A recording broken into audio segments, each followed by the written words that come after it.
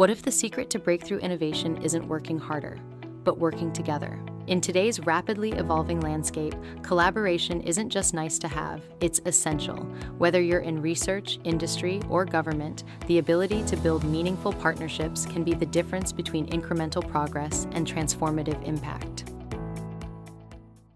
What I'm going to go through today, what the session will cover, is just some definitions so that we know what we're talking about when we speak about collaboration, the need for collaboration, how to build collaboration, leading collaboration, barriers to collaboration, keys to success. So if we have a look at the wiki definition of a partnership talks about an arrangement where parties, known as business partners, agree to cooperate to advance their mutual interests. The partners in a partnership may be individuals, businesses, interest-based organisations, schools, governments, or combinations. Organisations may partner to increase the likelihood of each achieving their mission and to amplify their reach. Now, if we look at a collaboration, you'll see it's actually pretty similar. It says collaboration is the process of two or more people or organisations working together to complete a task or achieve a goal. Teams that work collaboratively often access greater resources, recognition and rewards when facing competition for finite resources. Now, we tend to use the terms a bit interchangeably between a partnership and a collaboration. The bit that I really wanted to focus on today is just the multiplier effect that we're looking for from a collaboration. Well, for me, can be the difference between more of a one-to-one partnership. With collaboration, I think we're looking at that multiplier effect. So amplification of results beyond what could be accomplished individually, where you're looking to combine your efforts and leverage each other's strengths.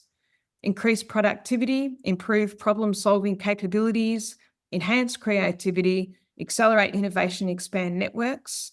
It's about bringing diverse perspectives, skills, and resources to be brought together through collaboration to create value that surpasses the sum of individual contributions.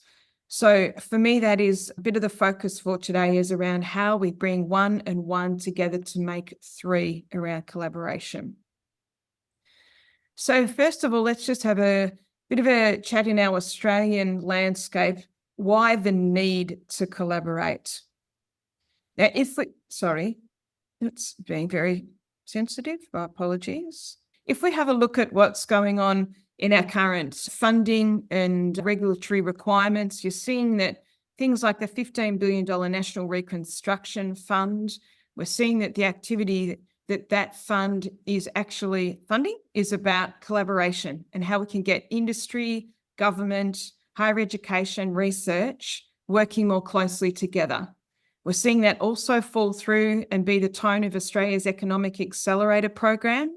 And here I will put in a plug for Campus Plus through the National Industry PhD program, which is a prime example of how industry and universities are being brought together to collaborate through the awarding of PhDs, which have to work in both sectors. So again, it's about that collaboration, bringing the different sectors together.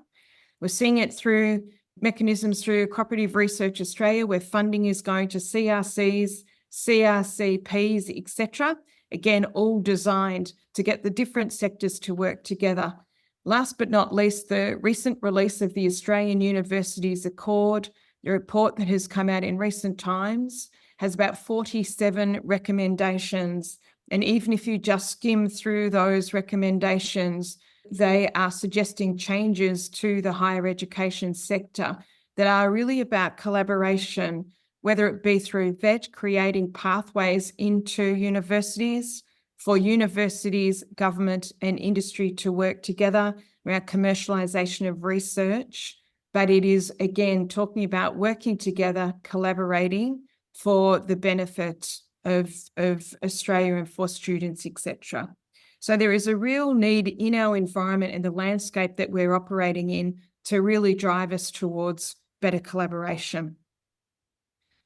So this graph is actually from the University Accord report. What it is really showing here is that on the left, we're saying that it's showing the lack of industry collaboration with higher education and research institutions. The left is showing that Australia is at the 30th country in the OECD for SMEs engaging with higher education and research institutes. And on the right, it's showing that we're 31st in the OECD for collaboration with large business. So when you look at that and you look at the different countries and what they're doing, you can see that Australia has quite some way to go in terms of improving the collaboration across sectors.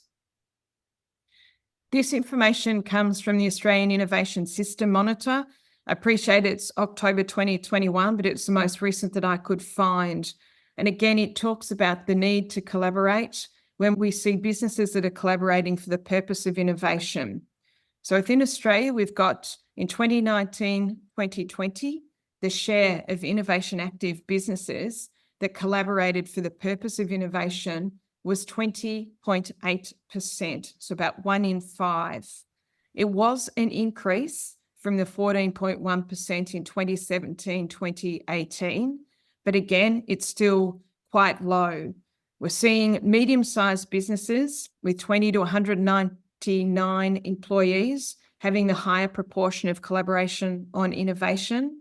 The most collaborative industry sectors being identified as being arts and recreation services at around 31, 32%, and information media and telecommunications at 29.6%. It was reported for agriculture, forestry and fishing at 16.1%.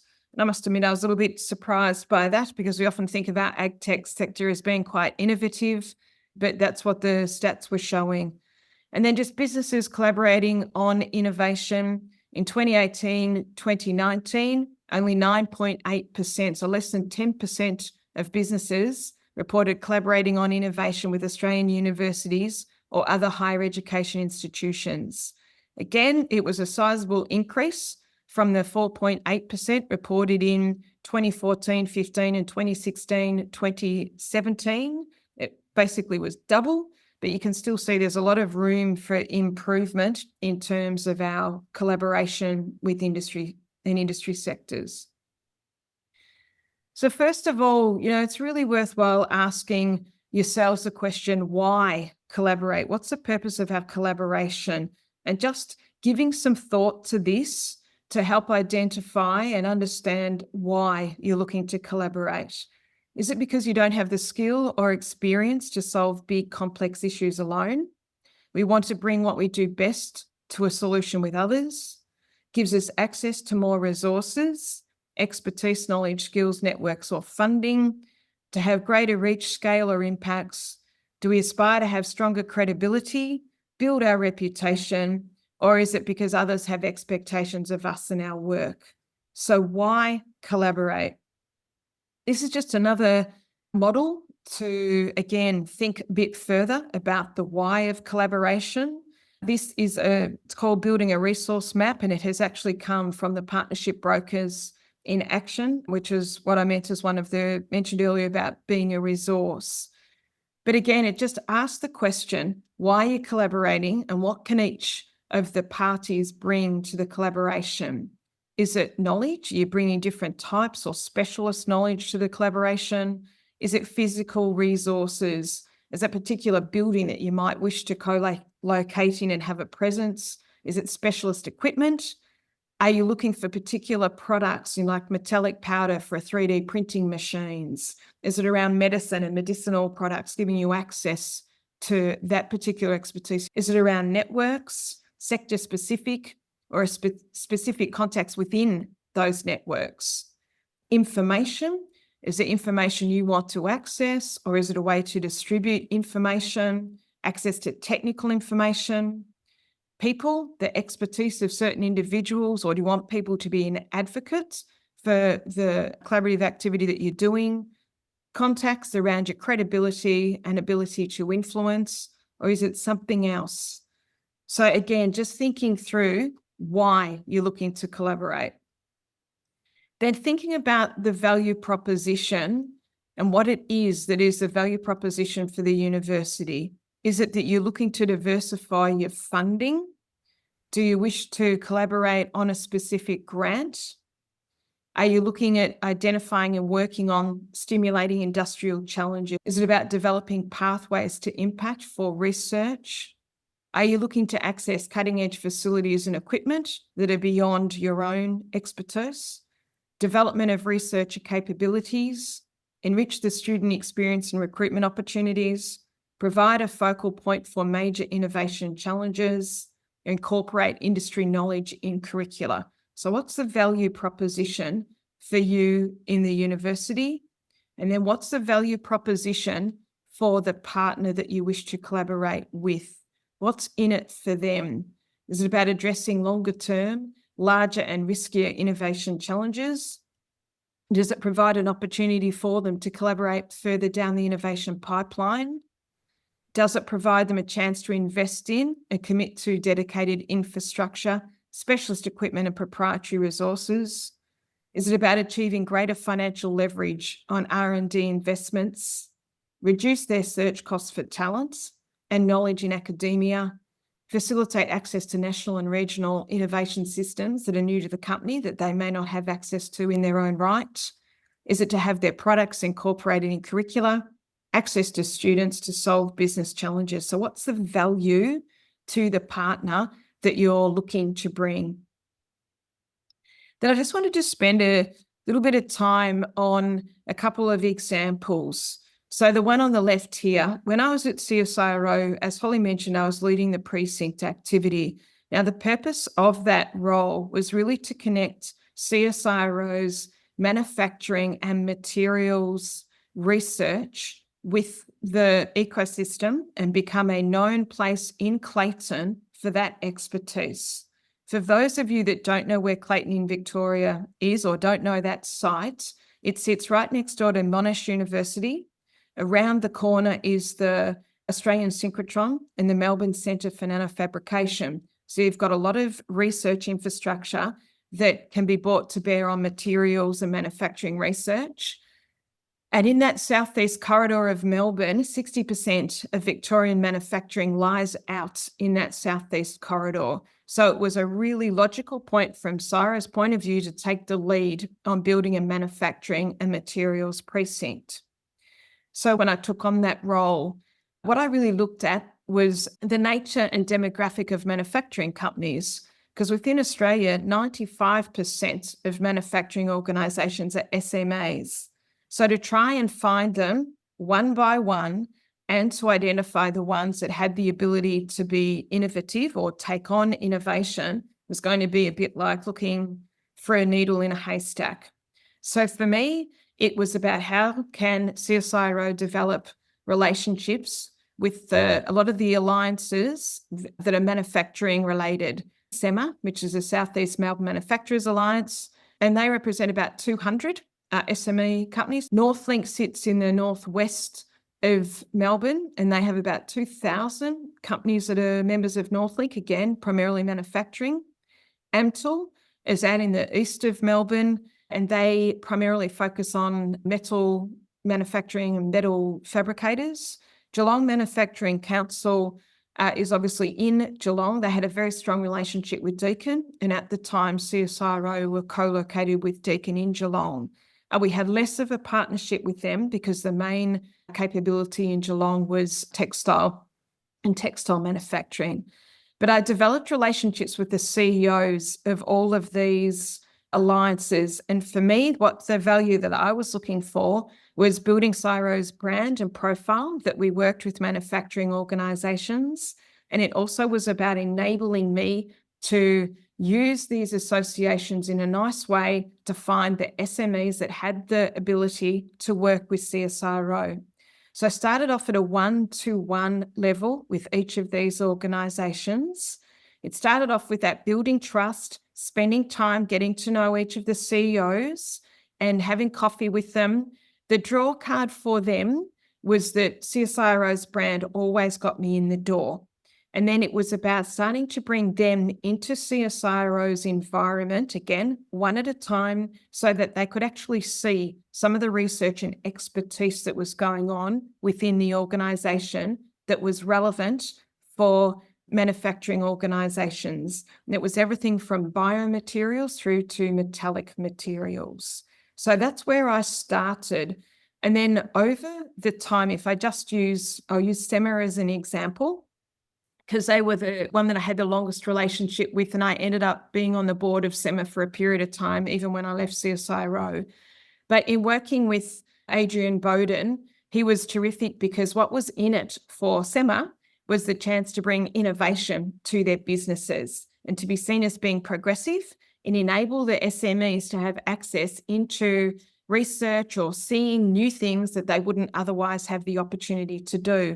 So we started off doing tours. Any businesses that were interested in coming into CSIRO, we opened up like a 3D printing lab for them to come and have a look. There was a flow chemistry laboratory. So we started those joint visits, and then we would take researchers out to the manufacturing businesses. So we're really developing those relationships in through SEMA.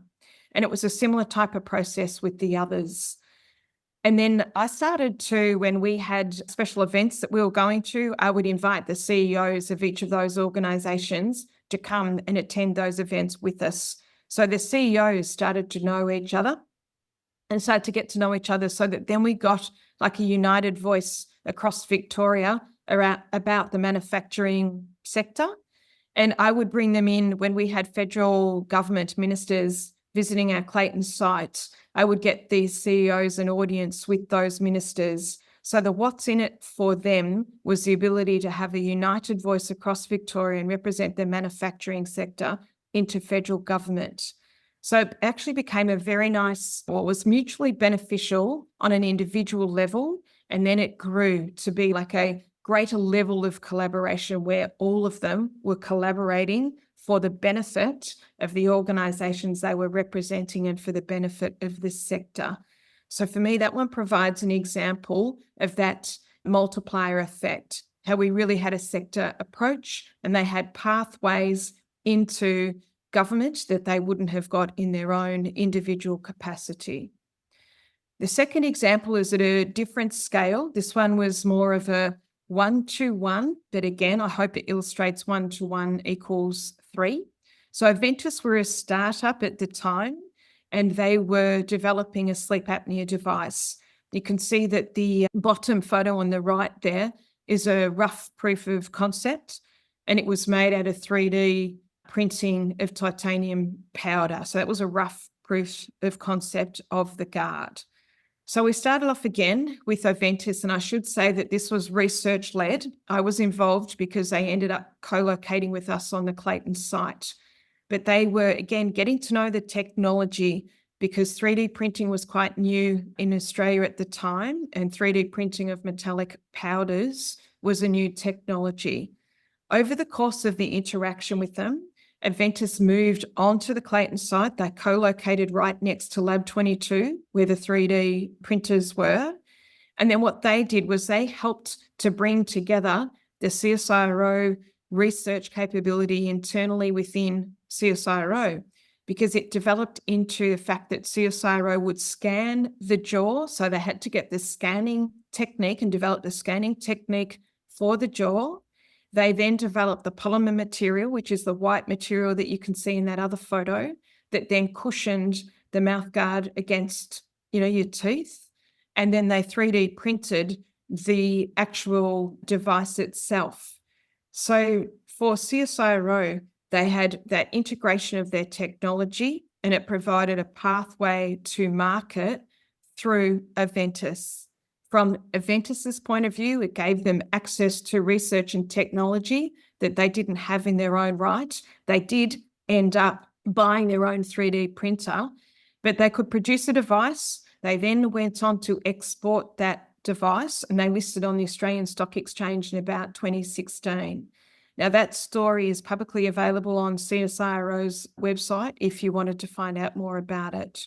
So from my point of view, these two examples really illustrate it's about that multiplier effect more than the 1-to-1 will achieve. Just now I wanted to spend the next section about how you go about building collaboration. I know that there are a number of people that like models. So this has come through from Rob Lorimer's work that I mentioned about the collaboration guide. And there's a gentleman that's done quite a lot of work again about collaboration. His name is Simon Sinek, and he starts with the Golden Circle model. He's developed the Golden Circle model, and he always talks about starting with the why when it comes to collaboration. Successful collaborations start with the why. Why are you collaborating? How represents the process or the approach that a collaboration takes to achieve its purpose. And then the what should come third, which represents the planned output from the collaboration. We tend to rush to the what. What are we going to do together? As opposed to spending the time to actually think about why. Why are we collaborating in the first place? This next slide just goes through a little bit more detail as to the nature of the conversation or the nature of the activity within each of those circles. So the why is really about the purpose, the reason the collaboration exists. So starting with the purpose. And then the what is around your structure, transmission, mindset, and culture. And last is around the technical items that require negotiation that typically end up in our collaboration agreements or the work plan.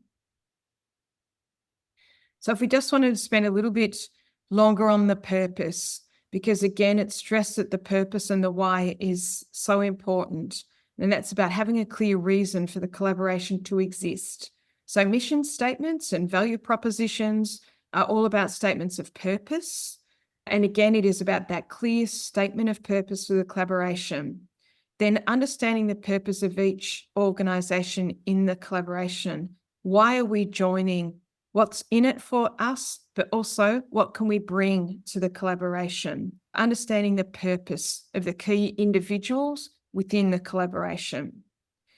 A shared understanding of how the collaboration, the organizations and individual purposes are aligned.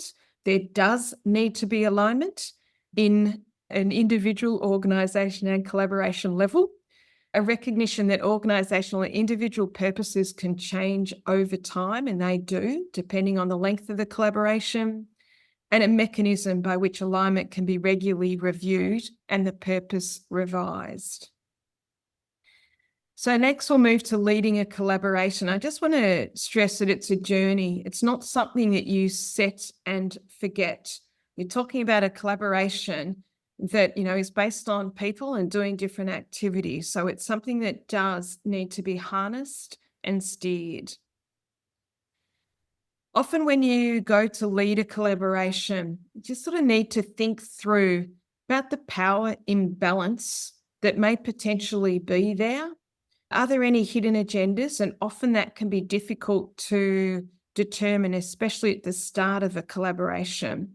What are the behaviours that you're observing in the collaboration partner's behaviour? Do you get the sense that they want to win at all costs? And if that's the case, I'd really caution whether it's going to be a true collaboration, because that's not the behaviour of a successful collaboration. It's not around winning at any cost. But my next example is going to be about power imbalance. And a number of organisations love working with CSIRO. They think they're great to collaborate with. Others of them look at CSIRO and think that they're a big behemoth and it can be a giant because of the size of the organisation and the reach. So this example, I just want to highlight, when you're thinking about a collaboration, are you actually the best person to lead it? Like, is your organisation the logical person to lead the collaboration? Or is there a power imbalance?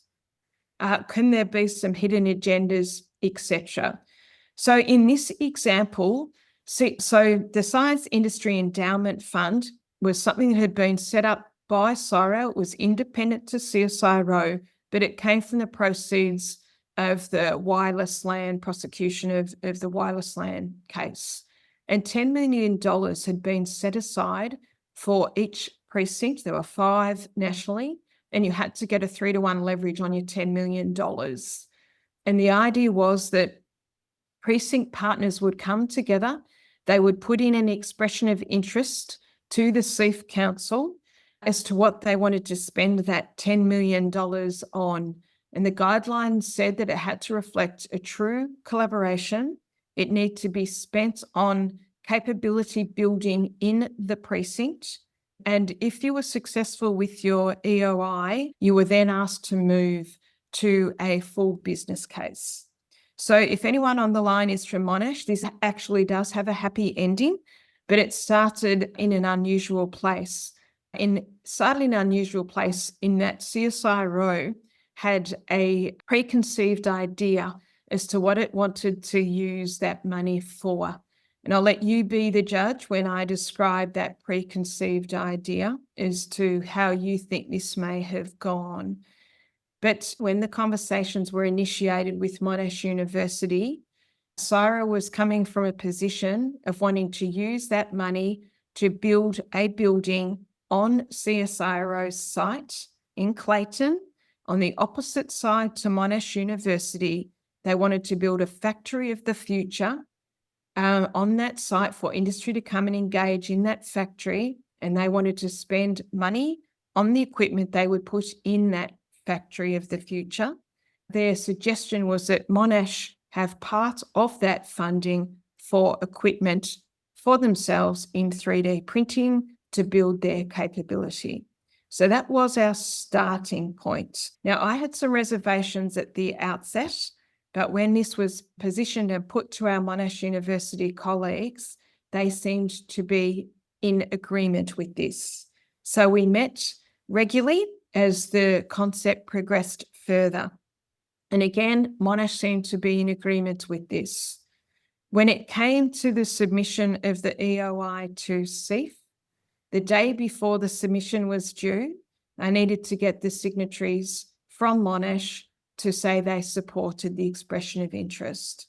The day before it was due, the comment I got was it would only be signed if Monash was to receive its investment in its equipment as a priority. So in other words, the first tranche of money needed to go to Monash.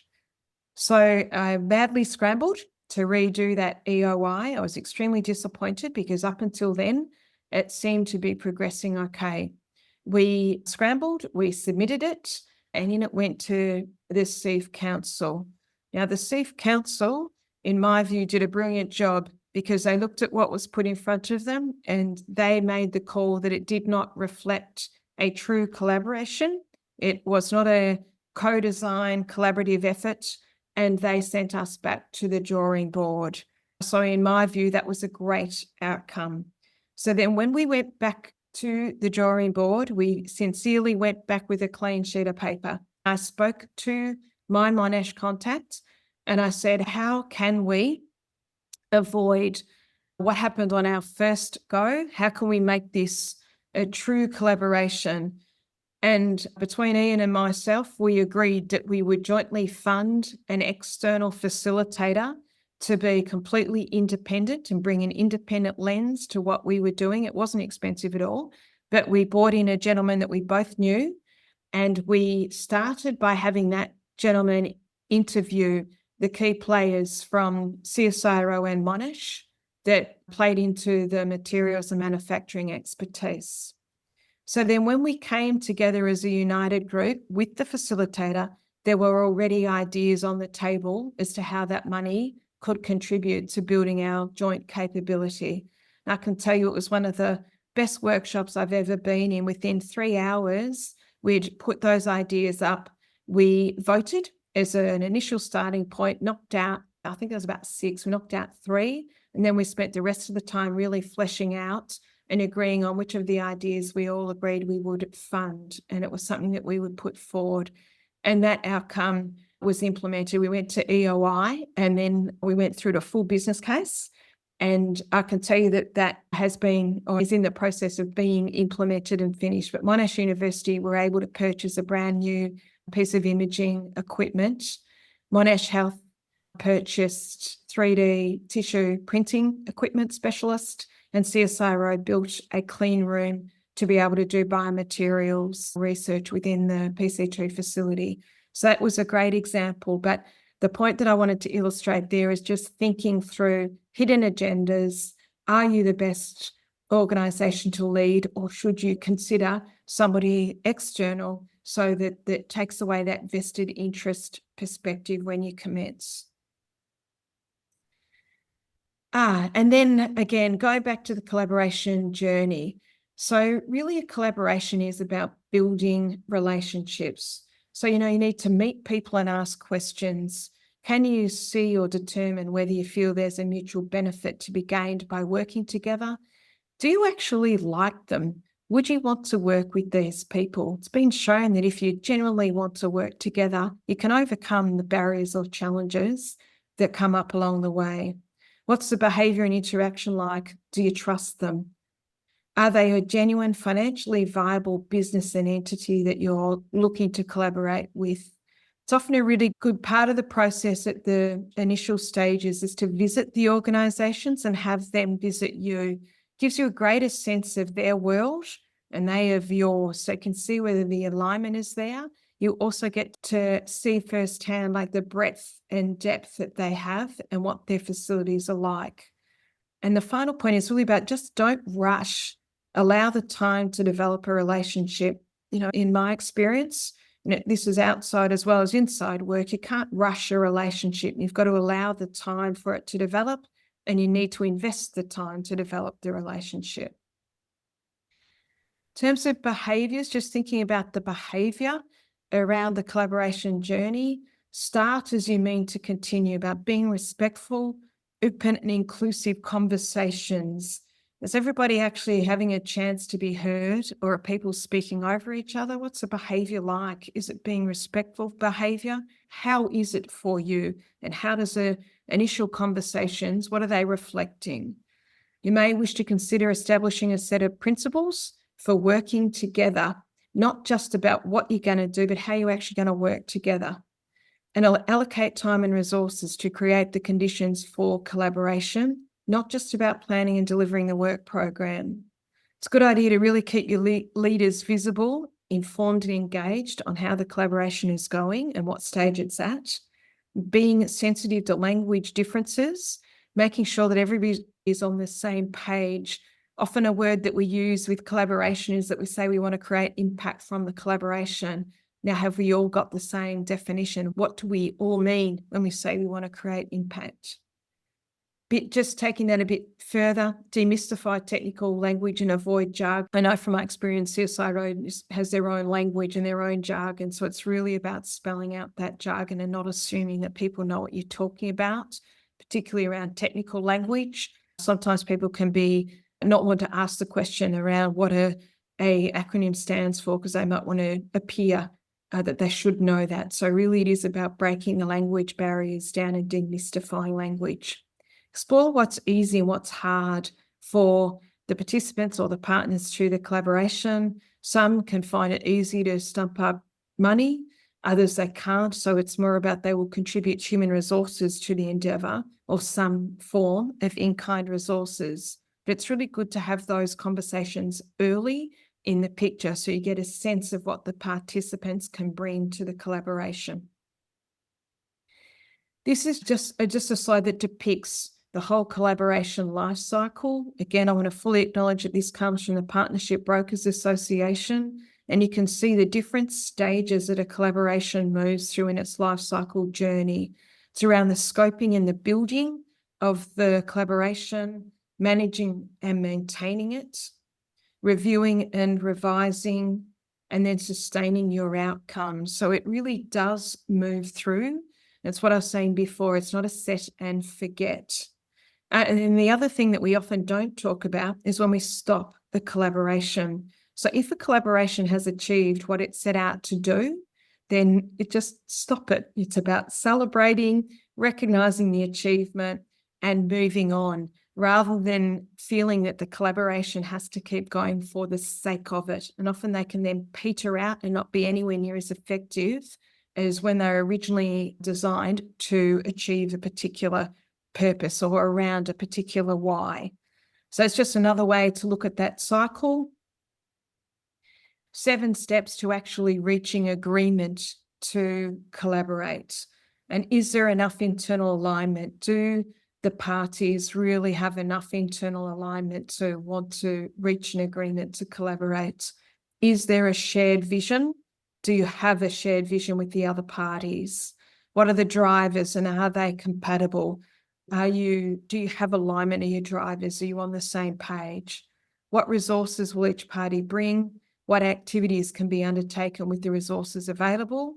Do the parties agree on what success would look like? And again, often we don't actually specify what success would look like. And are the parties in a position and ready to commit to a partnership/collaboration? And then after you've gone through all of that, it is really about negotiating the collaboration.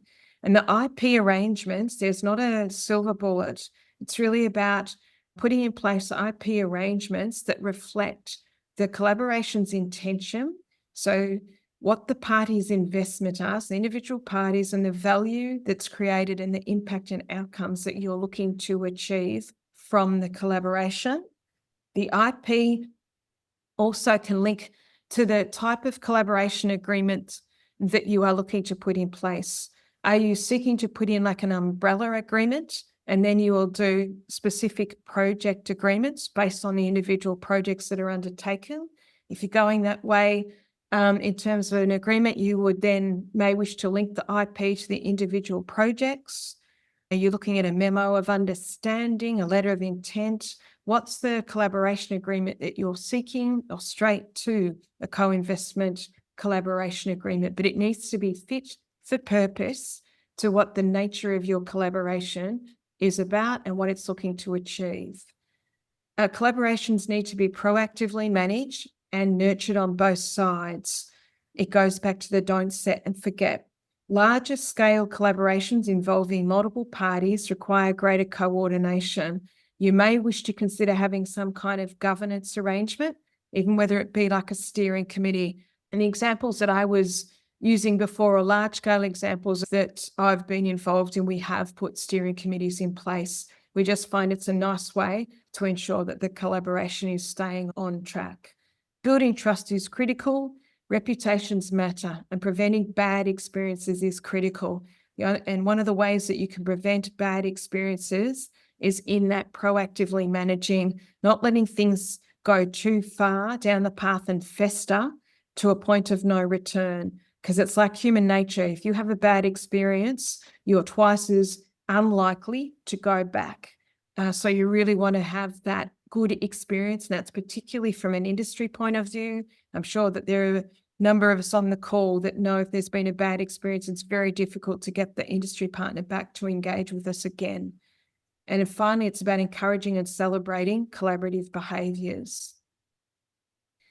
Just the final section of this session, I just really want to reflect on some barriers to collaboration.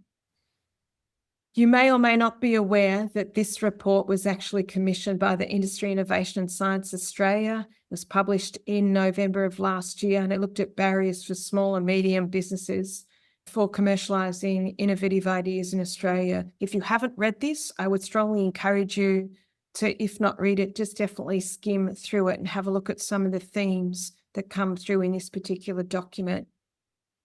These next two slides come from this report. That is, a lot of businesses don't actually calculate the cost benefit of collaboration. I think we all know if you don't measure it, if you don't look at it, then you really don't understand the value. And so it's saying that out of the 453 businesses that were surveyed, only a third agreed or strongly agreed they have a robust method to calculate the cost to benefit ratio of a collaboration with the research sector. So if it's not evidence-based, if they're not really looking and measuring the cost benefit of that collaboration, then it can be left to being a subjective measure, which may not actually provide the actual evidence. It might be based on experience and personalities as opposed to what the evidence is saying in terms of value. This next slide talks to the need for a third party to identify and facilitate collaboration with the research sector. What it's saying here is that most businesses, out of those 435, businesses agreed or strongly agreed they required a third-party advisor to identify and facilitate collaboration with the research sector for the purpose of innovation. But what it is saying is that they definitely need that help to bring together the industry and research sector together. needs a third party to help them for the purpose of innovation. And this slide, I think, demystifies. We often hear that IP can be a real barrier to collaboration. Now, this data comes from the ABS, and it was published in the 2020-21 financial year, and it's showing innovation active businesses. So 50% reported factors that prevented or limited collaboration in the 2 years that ended at 30 June 2021. If you have a look at the number one barrier, it's around insufficient funds. Second one is about insufficient time, no expected benefit. They were unable to find a suitable collaboration partner. Lack of skills within the business to collaborate. Government regulations or compliance were seen as a barrier. The next one says it's a lack of access to knowledge or advice about collaborative arrangements. So again, that third party helping them around the knowledge and advice about collaborative arrangements. The next one related to confidentiality or trust concerns. So they're rating that, as you can see, pretty highly. The barrier was around confidentiality or trust concerns with the collaborators. Next one was around different work practices, and we often hear that industry and the universities work to different timeframes. Differences in priorities or outcomes sought, that plays to the publishing versus industry timelines.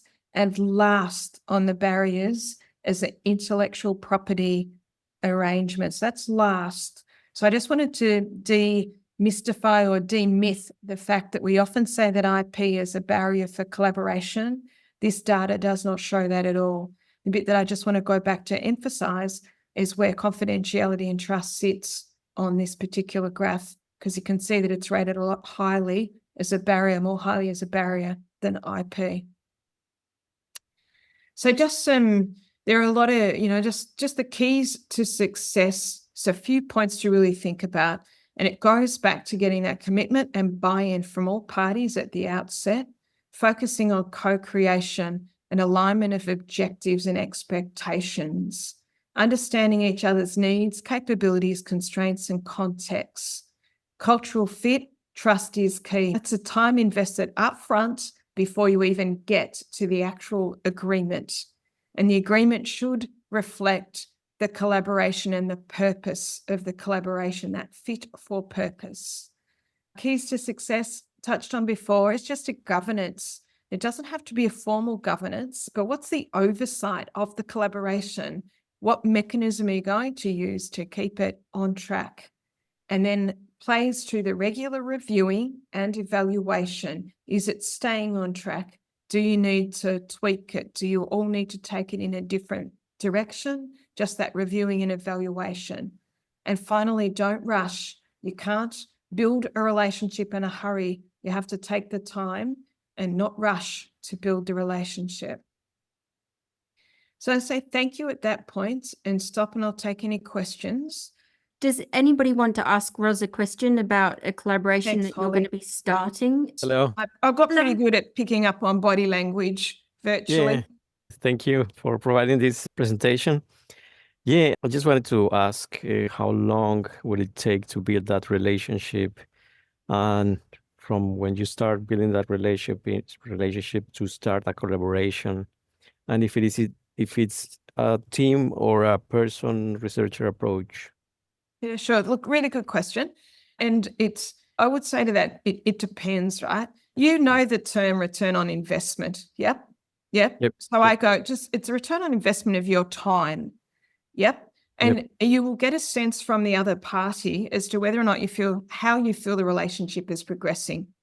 And it might, you might meet once a month or something, and it might become more frequent. But it's really, you'll have to gauge that based on the response that you're getting from the other party as to how long that you feel you need to meet. Sometimes it might take years, and it will just be your contacts that you catch up with maybe once a quarter and have a coffee with, but you explore and say, yep, there could be something for us in the future, or you might have something that you need to collaborate on quite quickly. So you will need to condense the time frame to really like if it's a particular scheme or a grant that you have in mind and you're really wanting to see if these are the right people to collaborate with, then you're on a timeline and you might just want to upfront suss and say, look, these grants are due in such and such a time. Why don't we just work out if there's something that's mutually beneficial in here for us? And then you asked me about whether it should be at a researcher level. And I'm not sure how your university operates, but I know that when I was in the university sector and when I was in CSIRO, no one person can manage the relationships, right? You just can't do it. So as long as people that you work with are aware of the conversations that you're having with particular individuals, then I believe it does need to be at researcher level, because it often comes down to the researcher that does the work. Yeah. So you need to work with the other researcher and you need to get a feel for whether or not it's somebody that you feel that you would like to do the research with. And I've just prefaced it because a lot of universities have institutional level relationships. And Fernando, I don't know if you have visibility of that, but it's just making sure if they're at an institutional level, you're letting the right people know that you're starting your conversation with someone within that organisation. But if it's not at institutional level, and if it's in another university or at another researcher level, then in my experience, you would be encouraged to have those conversations. Yep. Does that answer your questions okay? Yeah, pretty good. Thank you. Thanks. All right. Do we have any other questions? Andrew, do you want to ask Roz? So he was wanting to know what has been the biggest challenge that you have faced and how do you overcome it in the terms of collaborating between in kind of more of academic and industry setting? Andrew, I got the bit about the challenge. What was the last bit? So what was the biggest challenge you faced and how did you overcome it, especially between kind of the more academic and industry setting, given they usually have kind of sometimes different views on what research actually is and how that rolls out? I think the ones that have been my biggest challenges when I've been brought in, when the arrangement isn't actually going too well. And unfortunately that would sometimes happen and this one is probably more of a 1-to-1 where I was brought in if the industry partner was having challenges, and the uni basically. And what I would tend to do with those challenges, you had to go and meet the parties and find out what was causing the disconnect. You'd often see it through missed milestones, or if an organisation didn't want to pay its bill, you would find ways or there were indicators that made you know that there was some concerns, or I would actually get researchers that would ask if I would come and help them because the collaboration wasn't going the way that they had wanted to. What I tended to find, and that was why I mentioned this before, is they often, rather than nipping it in the bud, they just let things fester. So it was going back and resetting expectations and just seeing if it was salvageable. So could you reset the expectations? Were the challenges too big to be overcome? And if the answer was yes, then you would call it quits at that point in time and make sure that it was a successful exit for both parties, and we would draw the collaboration to a close. If it was salvageable, we would look at ways to actually salvage it. Sometimes it might have been a clash of personalities and we had to change people, and that was both sides. It was industry as well as within the university. We had to change contact points on projects. We would often put more governance around it to bring it back on track, and we would just reset the expectations. So I can't give you a set formula because you really needed to go and have a look at what was causing it to be challenging. And then once you did that investigation, was it salvageable? Andrew, I hope that's answered it specifically enough, because I do recognise that's reasonably broad. Yeah, that's all good. Thanks, Roz. Thank you for the question. Thanks, everybody. Enjoy the rest of your day. Thank you.